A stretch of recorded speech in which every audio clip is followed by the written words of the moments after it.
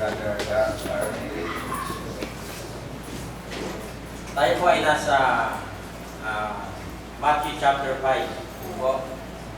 Nakita ko na mayroong mga ilang paksa na nakapaloob dito. Kaya yung buong chapter 5 po ay tataludturin natin para makita po natin yung mga mahalagang bagay na pinupuntusan. At ito nga po ay may kinalaman sa the fulfillment of the law o yung pagtupad ng kautusan na siyang ang tanging hinuhulaan ay walang iba kundi ang ating Panginoong Jesus. Ano po? Makikita natin dyan yung scroll na binabasa nila nung una sa Old Testament. Ganito po yung paraan ng kanilang pagsulat at pagbasa ng mga kasulatan. Ano po? Kaya wala nang mga ibang hinulaan na darating kundi ang ating Panginoong Jesus. As He gained fame through healing, miracles, and compelling teaching, some of Jesus' critics claimed He was teaching people to ignore the law of Moses. Nang dumating ang ating Panginoong Jesus, maraming nagulo na mga sekta ng pangkating pangpananampalataya ang nabuking dahil sa kanilang maling paggamit sa matandang tipan. Ano po, ang hinuhulaan nilang Jesus na darating ay nagkagulo-gulo dahil dalawa yung batang itinanganak. Isa nga dito si John the Baptist. Ano po? Kaya dahil sa kakulangan nila ng pagkaalam sa kautusan ni Moses, itong mga Pariseo at Saduseo, mga religious leaders na ito po, ay naging mapagkatha ng mga ibang aral. But still, religious leaders began to falsely say He was teaching a new or different law from what God gave to the nation of Israel. Kasi mismo yung araw ng Sabat, sinalangsang ng ating Panginoong Yesus dahil siya yung Panginoon ng Sabat. At ang sabi nung iba, hindi gumaganap ng tungkulin ng taong ito sa araw ng pagsamba. Nilalapastangan daw. Kaya ang pagkaintindi nila sa ating Panginoong Hesus, hindi siya yun. Ano po? So diyan sa Matthew 5:17-20, makikita po natin ang tungkol sa kautusan at mga propeta. Pag binanggit po yung the law and the prophets, wala pong ibang pinatutungkulan niya kundi yung Old Testament scriptures. Ano po? Yan kasi yung unang nasulat. Ano po? Jesus was eventually accused by the Jewish religious leaders of blasphemy, primarily for his claim to be the Son of God.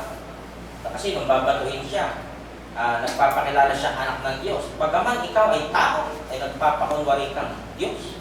Ng mga para sa iyo, mga Jewish leaders na yan, na talagang tutol. Kaya doon sa Sermon on the Mount, contain a revelation of God's principle of righteousness by which all Christians are to live through faith in the Son of God. So kinakailangan nakabata yung ating pananampalataya sa ating Panginoong Hesus lamang. At kahit wala po yung Biblia, makikita natin sa history na talaga namang may dumating na Jesus Christ na pinabubulaanan ng iba na wala naman daw. Kahit wala itong Bible, makikita natin na talagang may dumating na Hesukristo. Ano po? Na siyang naging hain para sa ating mga kasalanan. Sinasabi ni Apostol Pablo sa Galatians 2:20, I have been crucified with Christ. It is no longer I who live, but Christ who lives in me. And the life I who live in the flesh, I live by faith in the Son of God, who loved me and gave Himself for me. So yung kanyang pananampalataya, na bago si Apostol Pablo, nakilala naman natin na talagang tirador sa paggawa ng kasamaan. Pero dahil sa kanyang pananampalataya, inako niya na siya ay parang napako rin sa krus. Ano po? Galatia 2:20, ang gamitin natin ay ADB. Ako'y napako sa krus na kasama ni Kristo. Paano nangyari yun? Dahil siya po ay sumampalataya. At hindi na ako ang nabubuhay, kundi si Kristo ang nabubuhay sa akin. At ang buhay na ikinabubuhay ko ngayon sa laman ay ikinabubuhay ko sa pananampalataya. Ang pananampalataya na ito sa anak ng Diyos, na sa akin ay umibig at ibinigay ang kanyang sarili dahil sa akin. So lahat ng sumasampalataya sa ating Panginoong Hesus, yun ay pagbibigay ng buong sarili para sa Diyos. Kaya namangha yung mga Pariseo na bakit ganun na lang ka-dedicated o yung mga deboto ng ating Panginoong Hesus ay talaga namang halos magpakamatay sa pananampalataya dahil sa Kanya.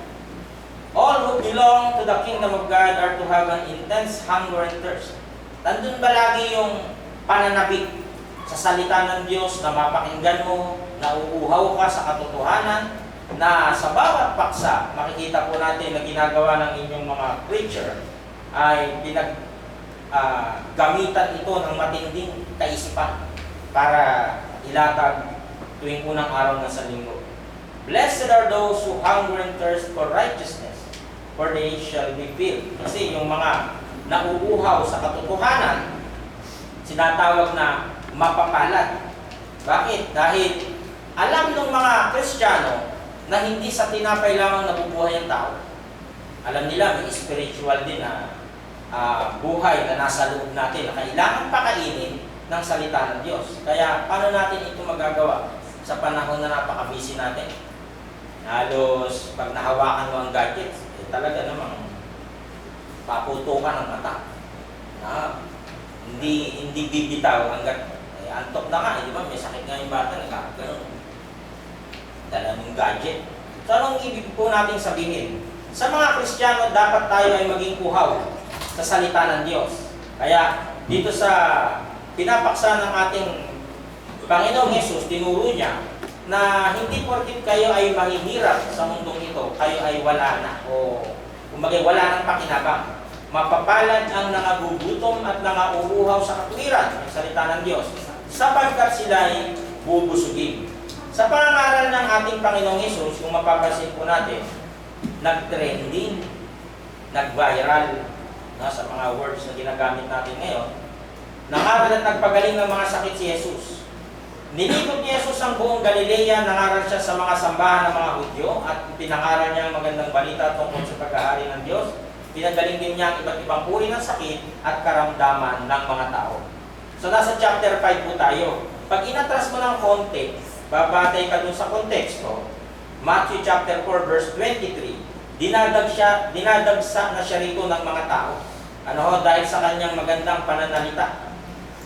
And Jesus went about all Galilee teaching in their synagogues and preaching the gospel of the kingdom and healing all manner of sickness and all manner of disease among the people. Siyempre, kung mababalitaan mo yan, halimbawa, ay concert ng SB19 sa Robinson's Imus. Nabalitaan mo, di siyempre dadagsa niya. So ito naman, nagpapagaling daw doon yung Jesus Christ. Yung kuba, naging diretso eh. Yung bulag, ba nakakita? Hindi ka kaya dumayo. So ganun yung nangyayari. Kaya siya ay nalikot ng ating Panginoong Hesus, bukod doon sa kanyang pangangaral, nagpapakita siya ng mga himala sa lahat ng tao, na ang layunin ng himala, maniwala sila na may Diyos na nagpapagaling. Si Jesus na nagkatawang tao ay kinasangkapan. Bagamat Diyos, nag-anyong tao. Naikot niya yan. Ayon yan sa mapa. Lahat po ng binabanggit niya, Galilee, Samaria, Decapolis, Judea. Naikot ng ating Panginoong Jesus yan during His ministry. Labo na lang kasi yung iba. Yan, mga pangalan po na yan. Inikot ng ating Panginoong Jesus yan. Kaya naman, sa kanyang pangangaral, siyempre, nagiging patok ang kanyang pangalan, nagagalit yung mga Pariseo at Saduceo. Nasasapawan eh. Sino to? Saan galing to? Saan nag-aral to? Yan, parang gano'n. Bakit yung mga tinuturo namin kontra? Saan graduate yan? Harvard ba yan? Parang gano'n eh. Sa Matthew 4:24, naging tanyag siya sa buong Syria at dinala sa kanya ng mga tao ang lahat ng may sakit. Mga naghihirap dahil sa matinding karamdaman. Mga tinaningan na. Mga sinaniba ng masamang espiritu. Mga may epilepsya at mga paralitiko. Pinagaling niya silang lahat. Kaya dinagsa ng tao ang ating Panginoong Hesus dahil bukod doon sa pangangaral, nahahatak niya yung tao, marami na sumasampalataya.